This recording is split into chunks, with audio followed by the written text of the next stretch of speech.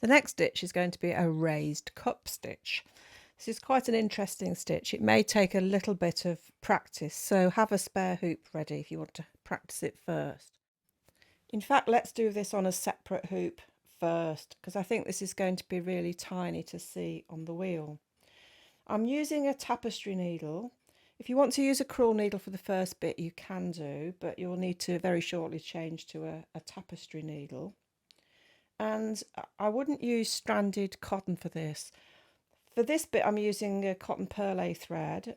This is a number 5. You could use a number 8 on the wheel, and I'm using silk on the wheel. So don't use anything stranded. You'll get in a tangle with getting your needle through the different threads. So first of all, we're going to make a triangle shape, not too large. All the sides should be as equal as you can make them.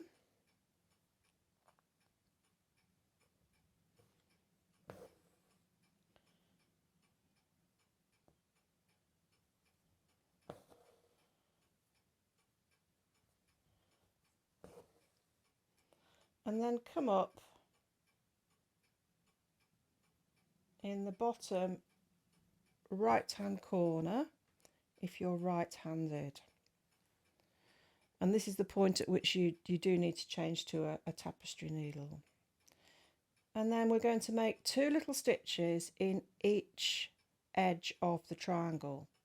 And we're going to put your needle through, so not through the fabric, and then over and under the thread. Let me just get this in the right place for you so that it looks like that.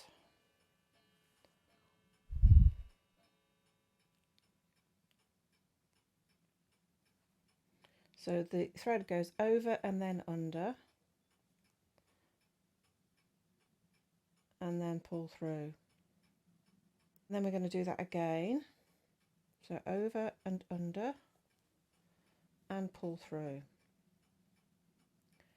Now this has made in the middle, can you see a little sort of stitch which is above the original triangle? And that's going to be important for us to see in the next round because we're going to do 2 rounds. So just bear that in mind. And then you can turn your work round if you need to, or just go over and under, over and under. Okay, so this is my final one.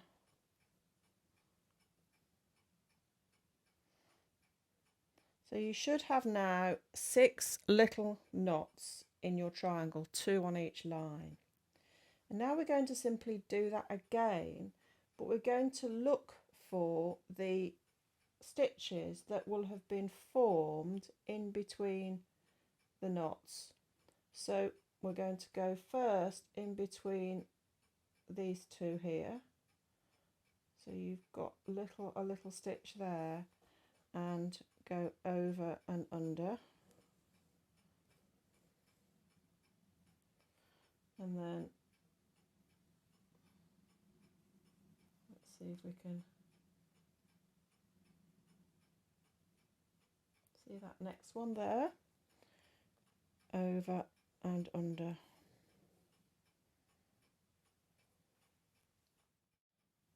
I think that one there's the next one.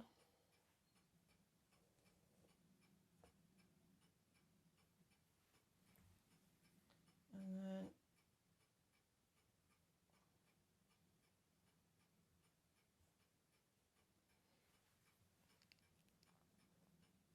over and under. It really would be easier to turn it round, but I hope you can see this.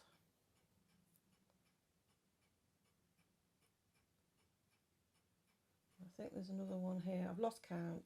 I keep doing that, but over and under. There you go. Now when you get to the end, you can either take your needle down the outside and secure it, or put it straight down into the centre. Different sources suggest different things, and I think you've got to see where your needle's ended up and what's going to look right. That looks fine. When we do it on the wheel, I'll do it the other way so you can see what you prefer. You can do more rows if you want to make it even more elevated, but I think two's enough. So if you're left-handed, you'll come up to the left of that bottom line, and I've laid the needle there where it goes. So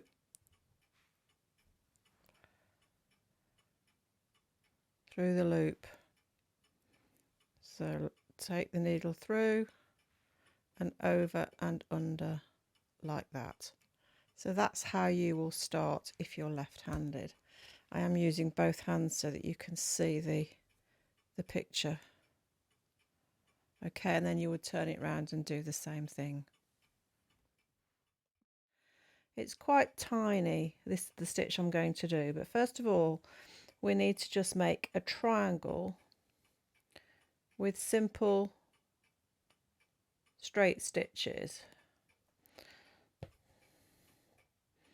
So I'm using a crewel needle now for the moment.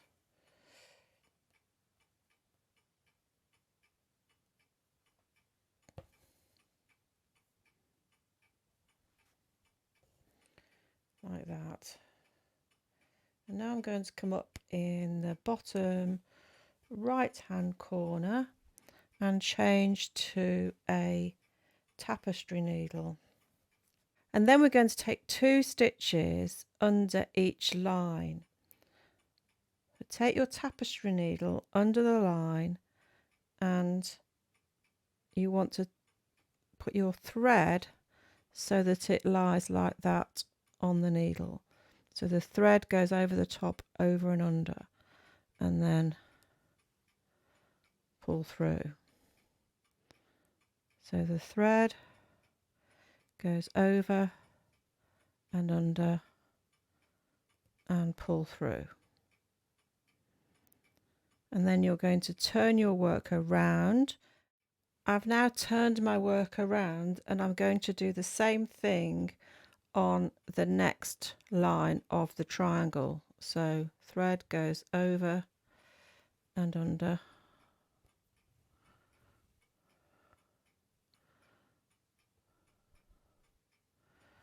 over and under, and then I'm going to turn it round again and do the same thing on the final edge of the triangle. So this is the final edge, over and under,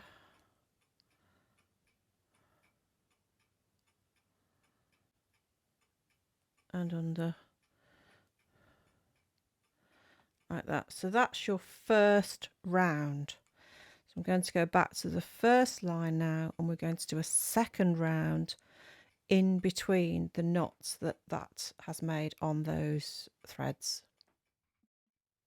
Now this is the second round and it's really quite difficult to see, but in between those knots there is a thread, a single thread that you need to take your needle through. So again it goes over and under, and you'll be doing 2 on each line again. So we just need to try and find the thread between the knots.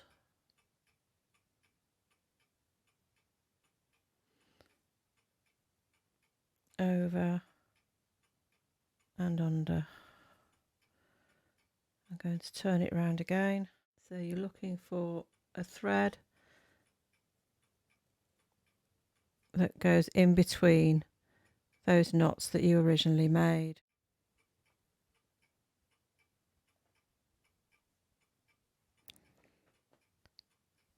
So I've turned my work again.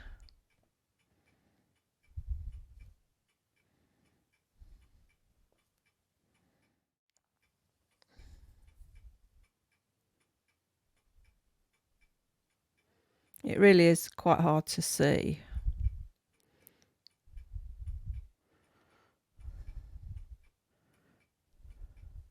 I've lost track of the number that I've done, but I'll go back and have a look. I think that'll do. So when you could do another row, but not on one this tiny. So when you think you've finished, take your needle down through the stitching down the side here and go into the back of the fabric. And that's your little raised cup stitch. Now later on we'll put a little stitch, perhaps a French knot or a colonial knot, in the centre so that it looks like a flower. But I'm going to do another one, and I'll probably do a group of 3 here and maybe some more over here. So I'll come back and show you that.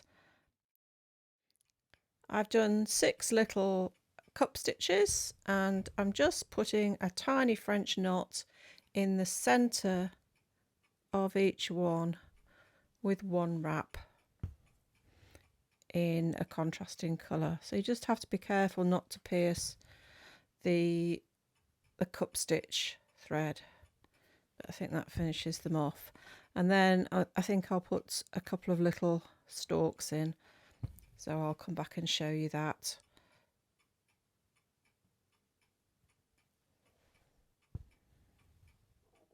There we go.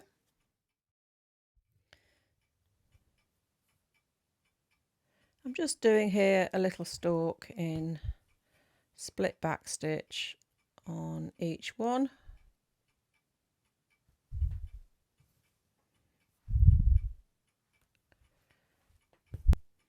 To finish it off.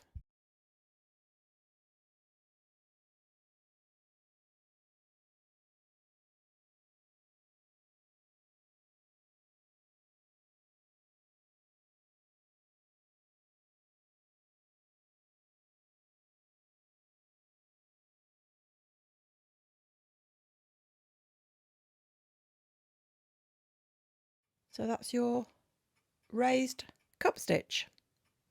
Next we're going to do the turkey rug stitch.